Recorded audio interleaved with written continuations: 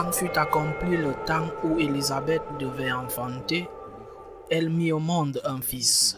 Ses voisins et sa famille apprirent que le Seigneur lui avait montré la grandeur de sa miséricorde, et ils se réjouissaient avec elle.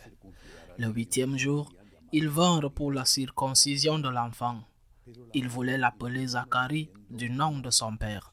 Mais sa mère prit la parole et déclara: « Non, il s'appellera Jean. » On lui dit: « Personne dans ta famille ne porte ce nom-là. » On demandait par signe au père comment il voulait l'appeler.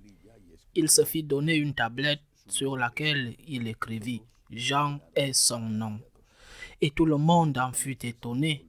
À l'instant même, sa bouche s'ouvrit, sa langue se délia, il parlait et il bénissait Dieu. La crainte saisit alors tous les gens du voisinage, et dans toute la région montagneuse de Judée, on racontait tous ces événements. Tous ceux qui les apprenaient les conservaient dans leur cœur et disaient: « Que sera donc cet enfant ?» En effet, la main du Seigneur était avec lui. Acclamons la parole de Dieu. Pourquoi Zacharie, époux de sainte Élisabeth, père de Saint Jean, a-t-il été puni pour son manque de foi? Pourquoi est-il devenu muet par hasard? La punition aurait pu être différente: devenir aveugle, paralytique, sourd. Il est devenu muet. Pourquoi? Peut-être ne le comprenons-nous pas à la première lecture, mais quand on voit tout le développement de cette première étape de l'évangile de l'enfance de Jésus que nous raconte Saint Luc, c'est parfaitement compréhensible. Tout tourne autour du concept de la parole.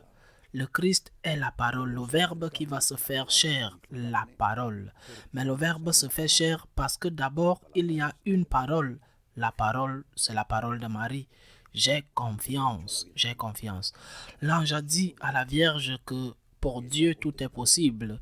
Et elle a répondu, après s'être assurée que les moyens seraient cohérents avec la fin, c'est-à-dire de bons moyens pour une bonne fin. Eh bien, dit-elle, j'ai confiance. Je crois en la puissance de Dieu. J'ai confiance en Dieu. Confiance, foi, et aussitôt le Verbe se fait chair. La parole de Marie, j'ai confiance, permet au Verbe qui est notre Seigneur Jésus-Christ, qui est la vérité, de se faire chair et de nous dire sa parole, la vérité absolue, qui consiste de nous dire avec certitude, non pas de nous promettre, mais de nous assurer que Dieu existe, que Dieu est amour et qu'il y a vie éternelle. Que s'est-il passé en revanche avec Zacharie? Il n'avait pas confiance. Il ne croyait pas en la puissance de Dieu pour faire le miracle qu'il avait fait avec Marie. Et c'était plus difficile avec Marie qu'avec Élisabeth, sa femme, si âgée. À cause de la non-confiance, il est resté muet. Sa parole était: « Je n'ai pas confiance ». Le Seigneur ne pouvait pas s'incarner en lui, pas de la même manière que dans la Vierge, parce qu'il s'était fermé à la parole de Dieu, à la confiance en Dieu. Si tu n'acceptes pas la puissance de Dieu, si tu n'as pas confiance en Dieu, si tu ne fais pas l'acte d'humilité que Marie a fait en acceptant que tu ne peux pas tout comprendre, que Dieu est plus grand que toi et qu'il y a des raisons et des motifs que Dieu a, que tu ne comprends pas et que peut-être tu ne comprendras pas jusqu'à ce que tu sois au ciel, tu deviens muet. Ou en d'autres termes, tu ne peux pas prêcher la vraie parole, tu ne peux pas prêcher. Tu ne peux pas enseigner que Dieu existe, que Dieu est amour et qu'il y a vie éternelle. La confiance en Dieu nous amène à permettre à Dieu de parler à travers nous.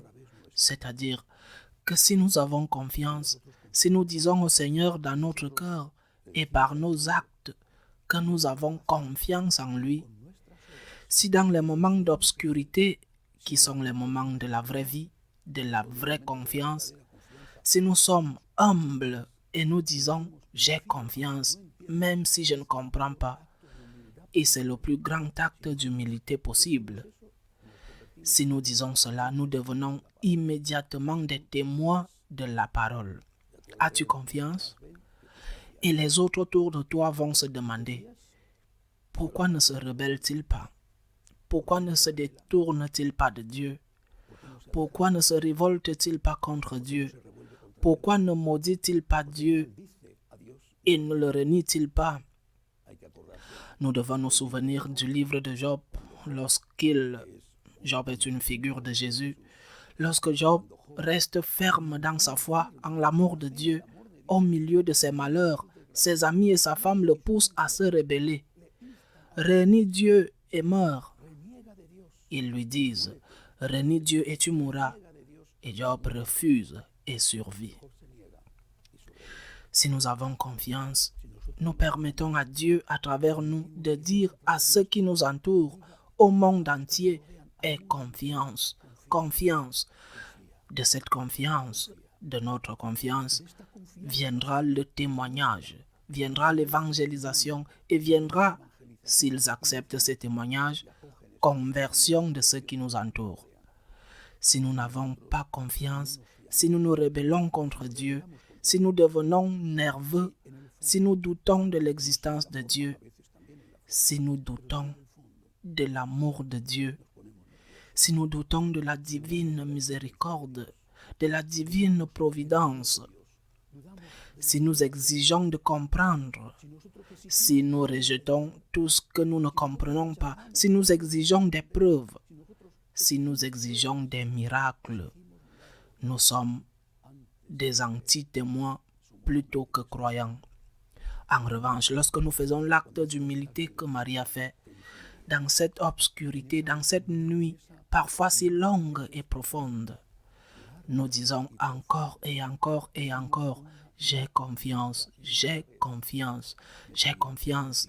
Nous devenons une lumière pour les autres, une parole pour les autres, la parole de Dieu qui agit à travers nous. Ce n'est pas par hasard que la vie de Jésus commence par le fiat de Marie et que la vie de Jésus finit par le fiat du Christ sur la croix. Père, entre tes mains, je remets mon esprit. Et ce n'est pas par hasard que les quelques apparitions du Christ ont toujours dit la même chose. À Sainte Marguerite, Sacré-Cœur, j'ai confiance en toi. À Sainte Faustine, Divine Miséricorde, j'ai confiance en vous. En toi j'ai confiance, Seigneur. C'est l'acte d'humilité que tu me demandes à cette heure. En toi j'ai confiance, Seigneur. En toi. Alors, par toi, la parole qui est Jésus proclame, crie, convainc. Tu as bien fait de faire confiance. Il y a vie éternelle. C'est la meilleure nouvelle de tous les siècles. La meilleure nouvelle pour l'humanité. Fais confiance à Dieu. Tu fais bien en faisant confiance. Il y a vie éternelle. Loué soit